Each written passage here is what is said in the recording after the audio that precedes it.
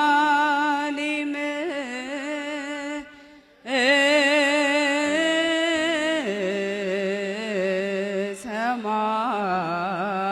ሰማያዊት።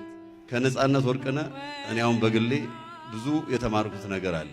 ደግነትን፣ ሰው መሆንን። ደግነት ማለት ነጻነት ወርቅነህ ባንክ ላይ ብር የለውም፣ ቤት የለውም፣ ንብረት የለውም። ኪሱ ላይ የያዘውን ብር ሰጥቶ የያዘውን ምንም እጁ ላይ ያለውን ለተራበ፣ ለተቸገረ፣ ላየው ሁሉ ደግ የነበረ ሰው ነው። ነጻነት ወርቅነህ ከቅርብ ጊዜ ወዲህ ሕመም አጋጥሞት በአገር ውስጥና በህንድ አገር ሕክምናውን ሲከታተል ቆይቶ ነበር። ረፍት እንዲያደርግ በሐኪሞች የተነገረው ቢሆንም የሙያው ፍቅር ሊያሳርፈው አልቻለም።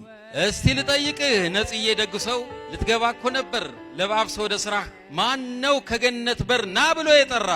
ገና አልጠገብንህም፣ ገና ጀማሪ ነህ። የተራቡ አሉ፣ የተጠሙ አሉ፣ አልባሽ አጉራሽ ሁነህ እንዴት እንደወጣህ በዛው ትቀራለህ። የጥበብ ፈርጥ የሆነው ነጻነት ወርቅነህ መኖሩ ለብዙ ሰዎች ሕይወት ደስታ፣ ሳቅ የሚሰጠው አርብ ጥር 8 ቀን 2018 ዓ.ም ከዚህ ዓለም ድካም አርፎ እሁድ ጥር 10 2018 ቤተሰቦቹ፣ የሙያ ባልደረቦቹ፣ ወዳጅ ዘመዶቹ፣ የሙያው አድናቂዎች በተገኙበት በመንበረ ጸባዖት ቅድስት ሥላሴ ካቴድራል ቤተ ክርስቲያን በታላቅ ክብር ሥርዓተ ቀብሩ ተፈጽሟል። ሶስት ልጆች አሉት። ሶስት ልጆች አሉ። አንተ የወለድካቸው ብዙ ልጆች አሉ።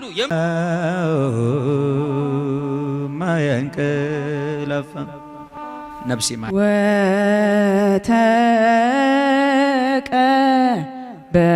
ወተቀበልዎ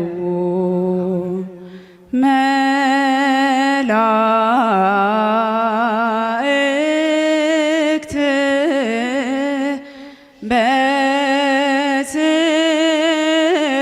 በስብሐት ወበማኅሌት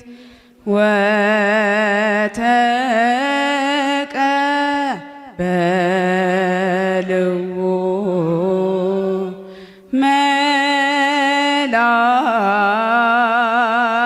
መላእክት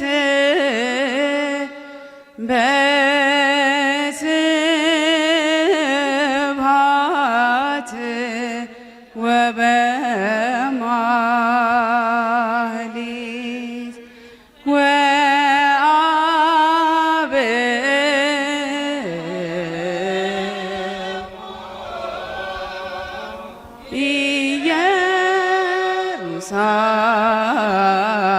ኢየሩሳሌም